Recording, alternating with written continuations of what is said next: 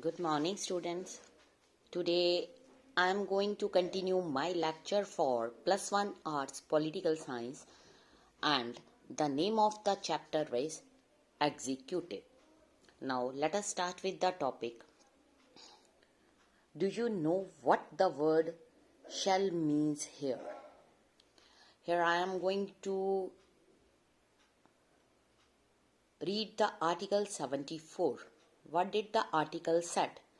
There shall be a council of ministers with the Prime Minister at the head to aid and advise the President, who shall in the exercise of his function act in accordance with such advice. Provided that President may require the Council of Ministers to reconsider such advice, and जो President है shall act in accordance with the advice tendered after such reconsideration.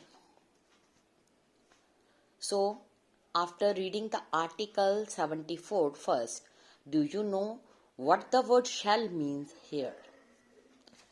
ये indicate करता है कि advice जो है is binding on the president.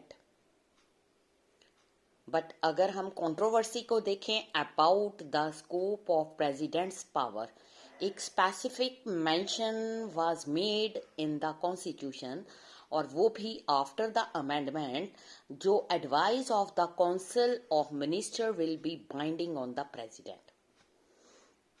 एक another amendment के according जो बाद में बनाया गया, it was decided that जो president है can ask the council of minister to reconsider its advice.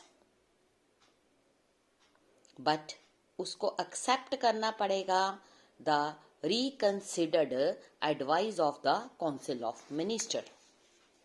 हमने अपने previous lecture में ये पढ़ा है कि president जो है is the formal head of the government.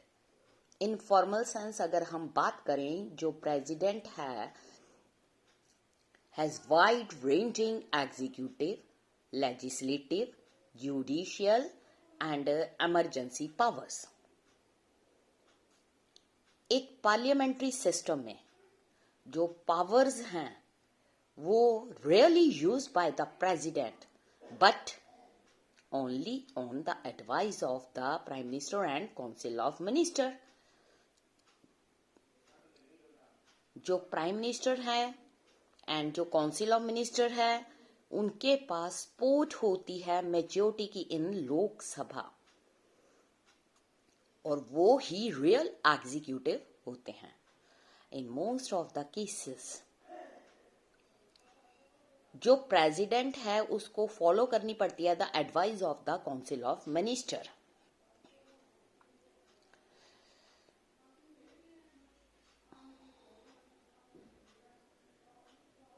यहां पे मैं एक आपको कुछ important बात बताने लगी हूँ. We did not give him any real power, but we have made his position one of the authority and dignity. जो कॉन्स्टिट्यूशन है wants to create neither a real executive nor a mere figurehead, but जो head है that neither reigns nor governs. It wants to create a great figurehead. So यहाँ पर आएगा discretionary powers of president. जो अभी हमने ऊपर सारी की सारी डिस्कशन की उसके according we infer that president has no discriminatory power under any circumstances. It will be an incorrect assessment.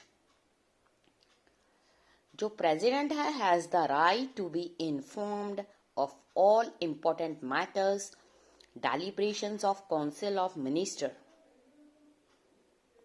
जो प्राइम मिनिस्टर है is obliged to furnish all the information that the president may call for. President often writes करता है prime minister को और expresses करता है अपने views on matters confronting the country.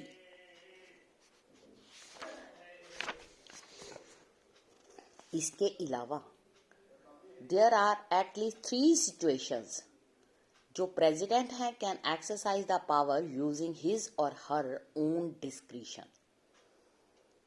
First place, we have already noted that President can send back the advice given by the Council of Ministers and ask the Council to reconsider the decision.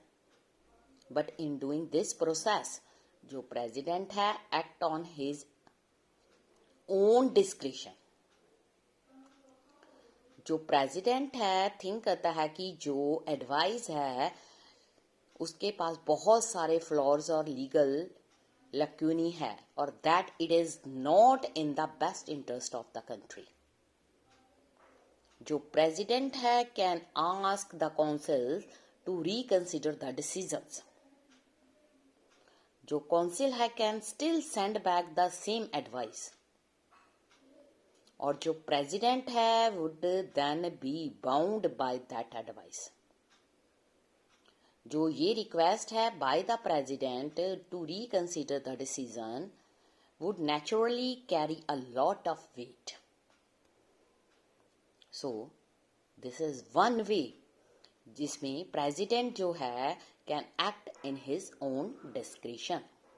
Second, अगर हम बात करें, जो president है उसके पास veto power भी होती है जिसके according he can withhold or refuse to give the assent to bills other than money bills, ordinary bills हो गए या दूसरे, और जिसको पास किया जाता है by the parliament. Every bill जिसको पार्लियामेंट में पास किया जाता है goes to the president for his assent before it becomes a law. जो प्रेसिडेंट है can send the bill back to the parliament asking to reconsider the bill. यहां पर अगर हम देखें we saw that there is no time limit on the president for giving his assent to a bill. आप जानते हो कि such a thing has already happened. 1986 में क्या हुआ, जो पार्लियामेंट है उसने पास किया बिल जिसको कहते हैं Indian Post Office, that means amendment bill. इस बिल को बहुत जगह पर क्रिटिसाइज किया गया for it sought to curtail the freedom of press. The then president यानी जैल सिंह, उन्होंने इस बिल के ऊपर किसी तरह का कोई डिसीजन नहीं लिया. जब उनका टाइम ओवर हो गया, नेक्स्ट प्रेसिडेंट आया वेंकट रमन, उन्होंने इस बिल को फाइनली बैक भेज दिया पार्लियामेंट के पास फॉर रिकंसिडरेशन. बट उस टाइम में जो गवर्नमेंट थी that brought the bill before the parliament had changed, और एक नई गवर्नमेंट जो है उस टाइम बन चुकी थी और उसको इलेक्ट किया गया था 1989 में. जो ये गवर्नमेंट थी बिलोंग टू अ डिफरेंट कोalition and did not bring the bill back before the parliament. So, Jal Singh's decision to postpone giving assent to the bill effectively meant that जो bill है could never become a law. वैसे तो हमने ये पढ़ा है कि जो एक बिल होता है उसको लोकसभा में राज्यसभा में जब मेजॉरिटी ऑफ पीपल की वोट मिल जाती है तो उसके बाद उसको एसेंट के लिए प्रेसिडेंट के पास भेजा जाता है. प्रेसिडेंट उस बिल को कंसीडर करता है, डिस्कशन उसके ऊपर की जाती है, उसको देखता है. अगर उसको कुछ थोड़ी सी भी प्रॉब्लम लगती है तो 14 डेज के अंदर अंदर दोबारा बिल को रिकंसीडर करने के लिए भेज देता है. बट उस बिल में वो उसको रोक नहीं सकता. लास्ट में 14 डेज के अंदर अंदर उसको बिल के ऊपर साइन करना ही पड़ता है. आज का चैप्टर यहीं पर. नेक्स्ट मैं कल अगला टॉपिक्स डिस्कस करूंगी. Thank you students.